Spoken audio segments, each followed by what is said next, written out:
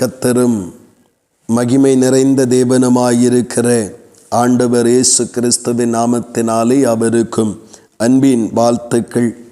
தேவன் தாமே ஒவ்வொருவரையும் இன்னும் அதிகமாய் ஆசீர்வதித்து மகிமைப்படுத்துவாராக.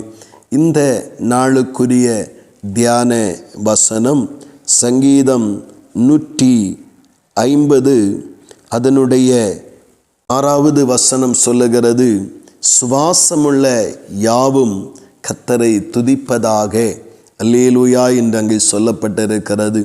கர்த்தருடைய நாமத்தினாலே இந்த துதியை குறித்து அதிகமாக நம்முடைய பரிசுத்த வேதாகமம் வலியுறுத்துகிறது. யாரை துதிக்க வேண்டும், எப்படி துதிக்க வேண்டும், எப்படி துதித்து அந்த துதியினால் உண்டாகிற அந்த மேன்மையை மகத்துவத்தையும் அனுபவிக்க வேண்டும் என்று பரிசுத்த வேதம் நமக்கு வலியுறுத்துகிறது. விசேஷமாக 150வது சங்கீதத்திலே யாரெல்லாம் கர்த்தரை துதிக்க வேண்டும் அப்படி என்று அங்கே பட்டியலிடப்பட்டிருப்பதை நாம் பார்க்க முடிகிறது. அது கடைசியிலே சொல்லும்போது அந்த சுவாசமுள்ள அப்படின்னா ஜீவனோடு இருக்கிற சகலமும் கர்த்தரை துதிக்கட்டும் அப்படி என்று சொல்லி முடிப்பதை காண முடிகிறது. சங்கீதக்காரன் இடத்தில் சொல்லுகிறார், மரித்தவர்களும் மௌனத்தில் இறங்குற ஒருவரும் கர்த்தரை துதியார்கள், நாமோ இது முதல் என்றென்றைக்கும் கர்த்தரை ஸ்தோத்தரிப்போம் என்று சொல்லுகிறார். அப்படியானால் உயிரோடு இருக்கிறவர்கள் என்று பெயர் பெற்றும் ஆத்மா மரித்த நிலைமையில் இருக்கிற ஒருவரும் கர்த்தரை துதிக்க முடியாது. ஆனால் சுவாசம் இருக்கிறது, ஜீவனோடு இருக்கிற ஒவ்வொருவரும் கர்த்தரை துதித்து ஸ்தோத்தரித்து மகிமைப்படுத்தி ஆக வேண்டும் என்று வேதம் எதிர்பார்க்கிறது. காரணம் என்ன? துதிகளில் அவர் பிரியப்படுகிறார், துதிகள் நடுவிலே அவர் வாசம் எண்ணுகிறார்.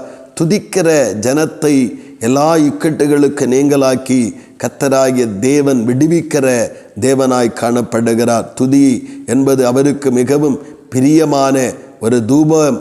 நறுமணம் நிறைந்த ஒரு தூபத்தை போல அவர் அங்கீகரிக்கிறதை நாம் காண முடிகிறது. வேதத்திலே பல இடங்களிலே பல பரிசுத்தவான்கள் தங்கள் வாழ்வின் நெருக்கமான பகுதிகளிலே அவை யுத்தம் பண்ணி ஜெயிக்க முடியாத காரியத்தை கூட கர்த்தரை துதித்து கர்த்தரிடத்திலிருந்து வருகிற சகாயத்தினால் ஜெயித்திருப்பதையும் வேதம் நமக்கு சொல்லுகிறது. அப்படியானால் இன்றைக்கு நம்முடைய வாழ்விலே கர்த்தரை துதிக்கிற துதியை நாம் ஒருபோதும் நம்முடைய வாழ்விலே குறைத்து கொள்ள வேண்டாம்.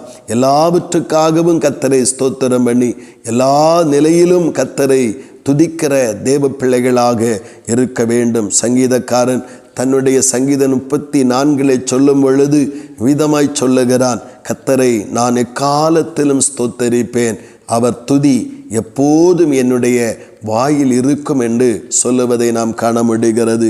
இன்றைக்கு நாம் ஜீவனோடு இருக்கிறவர்கள் என்று நம்மை வெளிப்படுத்த நாம் நடக்கிறோம், அசைகிறோம், வாழ்கிறோம், புசிக்கிறோம் என்பதல்ல, ஜீவனோடு இருக்கிறோம் அப்படி என்பதற்கு அடையாளமே கர்த்தரை துதித்து வாழ்கிற அந்த வாழ்க்கை தான் நாம் ஆத்மா செத்து போகாமல் உயிரோடு இருக்கிறது என்பதை வெளிப்படுத்துகிறதா இருக்கிறது. இன்றைக்கு எத்தனையோ பேர் கர்த்தர் செய்த நன்மைகளை மறந்து கர்த்தரை மறந்து இன்றைக்கு துதிக்க மறந்து ஆராதிக்க மறந்து ஆத்மா செத்து போனவர்களாய் அங்கே காணப்படும் பொழுது சுவாசமுள்ள ஜீவனோடு இருக்கிற தேவ பிள்ளைகளாகிய நாம் ஒவ்வொருவரும் நாம் கர்த்தரை அதிகமாய் துதித்து நம்முடைய வாழ்விலும் மேன்மையானவைகளையும் ஜெயமானவைகளையும் கர்த்தரிடத்திலிருந்து பெற்றுக்கொள்ளுவோம். கர்த்தர் தாமே துதிக்கிற ஜனத்தை மேன்மைப்படுத்தி வைப்பாராக. ஆமேன், ஆமேன். செபிப்போம். என்பின் பரலோக பிதாவே, நல்ல இந்த காலை நேரத்திற்காக உமக்கு ஸ்தோத்திரம் தகப்பனே. தேவனே, உம்முடைய அநாதி சிநேகத்தினால் எங்களை அழைத்து ஆண்டவரை மகிமைப்படுத்தி இருக்கிறீர்.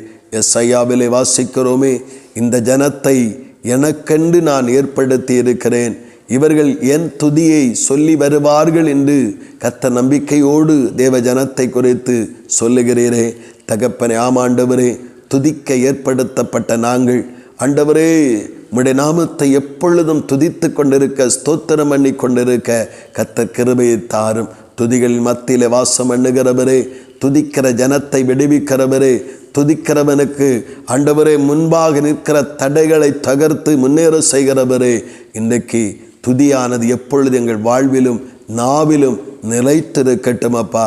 அப்பொழுதுதான் நாங்கள் கிறிஸ்துவுக்குள் ஜீவனோடு இருக்கிறோம் என்பதை வெளிப்படுத்துகிறதாய் இருக்கிறது. நாங்கள் ஒவ்வொரு நாளும் ஒவ்வொரு விஷயங்களுக்காகவும் கர்த்தரை ஸ்தோத்திரம் பண்ணி துதிக்கிறவர்களாய் நிலைநிறுத்தும். அப்படியே நீங்கள் செய்கிறபடியாய் ஸ்தோத்திரம். கர்த்தரே நீங்கள் மகிமைப்படுத்துகிறபடியாய் ஸ்தோத்திரம். துதிக்கிற ஜனத்தை உயர்த்துகிறபடியாய் ஸ்தோத்திரம். இயேசு கிறிஸ்துவின் மூலம் செபிக்கிறோம் ஜீவனுள்ள நல்ல பிதாவே. ஆமீன், ஆமீன்.